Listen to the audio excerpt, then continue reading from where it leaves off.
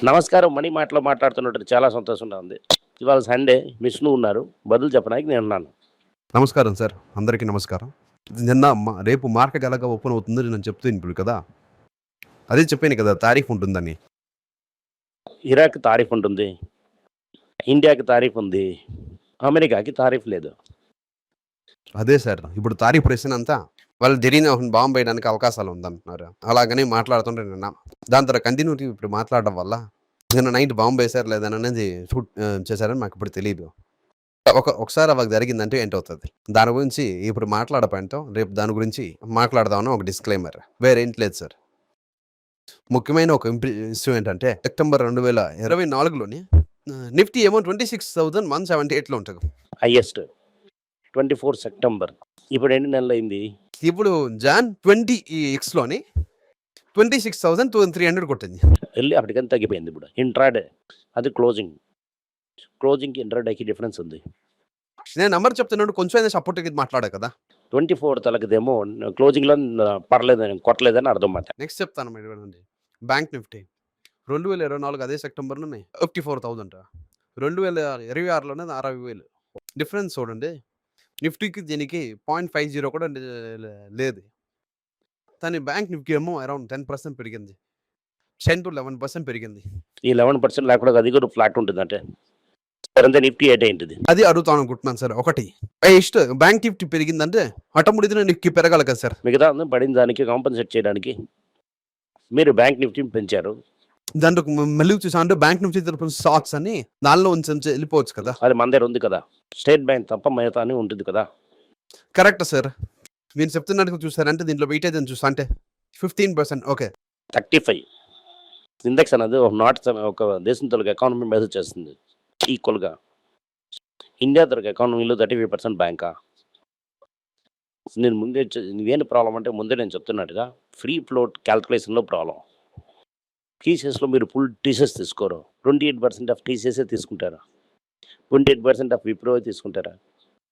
కానీ bank loan 10% మీద ఉంచడం అవదని లేవనోలా 90% ఆఫ్ దానేమో క్యాల్కులేషన్ ఉంటుంది. వెయిటేజ్ కోటక్లో కూడా 74 ఉంటుంది. Okay sir. So artificially bank నిఫ్టీని వచ్చి నాకు మ్యానిపులేట్ అవుతుందని చేసిరారు. ఓకే. నా సందేహం బ్యాంక్ నిఫ్టీ ఎంత లెవెల్ పెంచిన వరకు ఎలాగా డబ్బి పంప్ చేయనట్టుగా ఉంది. అది నీకు ఫీల్ పెంచేయాలి కదా! ఈజీ అండ్ సేఫర్ కదా. అలాగే బ్యాంక్ నిఫ్టీలో మనం అలాగే ఇన్వెస్ట్ చేయాలి సార్. ఓకే. నిఫ్టీ కన్నా అది సేఫర్ బెటర్‌గా ఉంది. ఓకే. మార్కెట్ పడినా కూడా 5% రిటర్న్ వస్తున్నాయి. నేను ఒకటి చెప్తాను అప్పుడు. ఆ టైంలో గోల్డ్ ఎంత పెరిగింది చూడు సార్. గోల్డ్ చూసాంటే మాసం నొప్పేస్తుంది సార్. గోల్డ్ అంతా సంవత్సరం అంతా చూసాంటే 100% మీద పెరిగింది. అదంతా వదిలే. ఓకే. 7,800 ఉందనుకో. దీనివల్ల $5,000 అని చెప్తున్నా. దాంట్లో గూగుల్ ఎంత ఉందని చూడండి. ఇవాళ నిక్కీ ఎక్కడ ఉందని చూడండి. ఇదంతా చూసి మీరు గోల్డ్, నిక్కీ, టొయాటా ఇదంతా అడ్వాంటేజ్ ఏంటంటే డాలర్ పడడం కూడా అడ్వాంటేజ్. 15 మంత్స్లోనే డాలర్ కూడా ₹7 ₹8 పడింది. ఈ ₹8 తల బెనిఫిట్ కూడా అక్కడ నుంచి వచ్చి ఉంటుంది. దీనిలాగా ఉన్న వీక్ మార్కెట్లోనే ఓకే వెజ్ అవుతుంది. పైకింటలో ఇన్వెస్ట్ చేయడం నన్ను గోల్డ్ ఇన్వెస్ట్ చేయడం అనేది నిఫ్టీ బ్యాంక్లో ఇన్వెస్ట్ చేయడం కాదు. ఓకే. ఓకేనా ఏం చెప్తున్నాను సార్. నిఫ్టీ 50లోనేమో బేస్ ఆర్ బోల్డ్. నేను ఎందుకు అడుగుతున్నాను నిఫ్టీ 50 ఏదో బేస్ ఉందని, దాంట్లో బెటర్గా రిటర్న్ ఇస్తుందని అని అంటున్నాను. మీరేమో లేకుండా జాపనీస్ మార్కెట్లో ఉండొచ్చు. మీరు ఇంకా గోల్డ్‌లో కూడా ఉండొచ్చు కదా. జపనీస్ మార్కెట్ ఉంటాను నేను ఎందుకు సార్ ఇక్కడ ఒక వెళ్ళి అడుగుతాను సార్. నేను చెప్పింది మీరు నెలకి 50,000 వేయాలని చెప్తున్నారు. చాలా మంది ఏమో చూసిన అందరికి 50,000 5 కూడా వేయచ్చు. మీరు అలా చెప్తున్నారా? ఓకే. మొత్తం జైడస్ సార్. డైలీ ఒక్కొక్కటి ఇవన్నీ తీసుకో ఇది తీసుకో అన్నట్టుగా ఉంది. కమాన్ అని తీసుకో. సీడీ షాప్ ఇదే ఉంచారు. ఓకే. 2 నెలలకు 3 నెలలకు ఒక మందు కనిపించడం ఓకే. తాయిని వదలొచ్చు. మందులు కనిపెట్టవచ్చు. కాపీ చేస్తున్నారు కరెక్ట్గా. ఒక రెడ్డి కూడా అదే కాపీ చేసి సమీక్ష రెడీ చేసి ఉంచారు. రైటా నాటుకో కూడా కాపీ చేసి రెడీగా ఉంచారు. ఇప్పుడు అలాగ 10 కంపెనీస్ ఆ లిస్టులో ఉన్నాడు సార్. దానివల్ల ఆ కంపెనీ మనం కరెక్ట్గా ముడుతున్నాం. మార్చి 2026లోన దాని తల ప్యాటర్న్ పోతుంది. దానికి ముందే మనం రిలీజ్ చేస్తాం. నాటుకో తలగా అప్రూవల్ కూడా వచ్చేసింది ఇప్పుడు. అది అప్రూవల్ స్టార్ట్ చేస్తాను 26 తారీఖు. మార్చిలో వీళ్ళు కూడా దించేస్తారు. నెక్స్ట్ అవుతున్నది అమ్మో. నేను ఇంకో ఇంటర్వ్యూ చేశాను సార్. ఓకే. ప్రపంచంలో worst performing stock market Indian stock market అని అలా మనం ఒక ఫ్రేజ్ చూసాను. అది నిజమా? మీరెలా చూస్తున్నారు? వాళ్ళు చెప్పింటారు నిజంగానే ఉండొచ్చు. ఎవరు? మీరు టాప్ 20లో చూడాలి. నేను శ్రీలంక మార్కెట్‌లను బెటర్ చేశాను.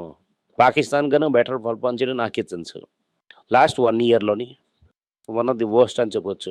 ది వర్స్ట్ అని చెప్పనొద్దు. వన్ ఆఫ్ ది వర్స్ట్‌లో సందేహం ఏట్లేదా? Okay sir. ఐటీఎం ఒక వర్స్ట్ ఇంకోటి సార్.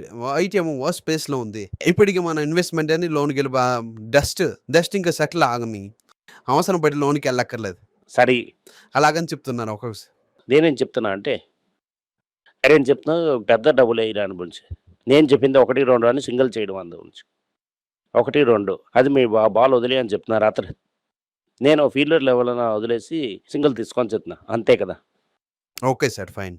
కానీ 1, 2కి కూడా 2కి అర్థం చాలా మారుతున్నది. దాని 2 విధాల మనుషులకి సార్ అది. అలాగని అర్థం చేసుకోవచ్చు. సార్ అలా కాదు. నెక్స్ట్ ఎప్పుడు సెటిల్ అవుతుంది మీకెలా తెలుసు? అది నెక్స్ట్ క్వెషన్ సార్. అద్దా సార్ నెక్స్ట్ దానికి క్వెషన్. No answer. అలాగా వెయిట్ చేయడం అనేది వద్దు. అది బౌన్స్ అయ్యి 4000కి వెళ్ళిపోయిందంటే, సో అది దొరుకుతున్నప్పుడు 1, 2, 1, 2 తీసుకొని వెళ్ళడం బెటర్. నెక్స్ట్ అవుతుంది నిపాన్ గోల్డ్ బీస్. వరల్డ్ లెవెల్‌లో 6థ్ ప్రైస్ వసూలు. లార్జెస్ట్ ఈటీఎఫ్ బిస్యోనాన్. అది నెంబర్ 1 కూడా వెళ్ళొచ్చు. మనలాగా గోల్డ్ ఎవరు కొనరు. ఇంకోటి ఎన్ఎస్సిలో ఒకటి చెప్తున్నారు. మీరు మంగత ఆడడానికి చాలా తక్కువైపోయింది. కొత్తగా మంగత అని తెలుసుకుంటున్నారు. స్టాక్‌లోనే మంగత ఆడడం లేదు. సో గోల్డ్‌లో కూడా మంగత ఆడతాను తెస్తాను. 10 గ్రాముల ఫ్యూచర్ కాంట్రాక్ట్ ఇస్తాను. ఓకే. దాంట్లో 1000 రాజా అని చెప్పొచ్చు. అంటే 10 గ్రాములకి future sir. Already gold mini అని చెప్తున్నా కదా! కమోడిటీలు. అది ఇప్పుడు స్టాక్ ఎక్స్‌చేంజ్‌లోని గోల్డ్ ఏ రేటు? దానివల్ల ఈటీఎఫ్ తీసుకోవచ్చా కదా! అది సార్ ఈటీఎఫ్. అది అప్పుడు మీరు అడగవలసిందా సార్? స్టాక్ ఎక్స్‌చేంజ్‌లో గోల్డ్ గ్రేట్ రేట్ సరే ఓకే. ఈటీఎఫ్ అనుకో. ఆ ఈటీఎఫ్‌కి ఫిజికల్ గోల్డే చేస్తున్నావు కదా! ఓకే. ఏంటి? Physical gold. డెలివరీ గోల్డ్ అడిగి సో అందరూ డబ్బులు వదులుతున్నారు. నా దగ్గర కూడా కొద్దిగా అమ్మగారు ఏం చెప్తున్నారంటే, మిడిల్ క్లాస్ డబ్బులు ఇస్తారు. ఎస్‌టీజీ కడతది.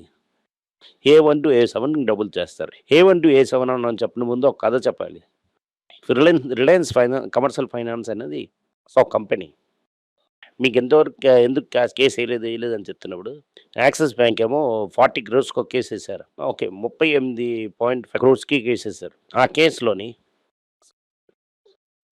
ఓనర్ కొడుకుని వదిలేసి, ఏదో పావంగా హోల్ టైమ్ డైరెక్టర్ మీద అది సరిగ్గా బ్యాలెన్స్ షీట్ చూపించలేదు. వాళ్ళ మీద కేసేసి రిజిస్టర్ చేశారు.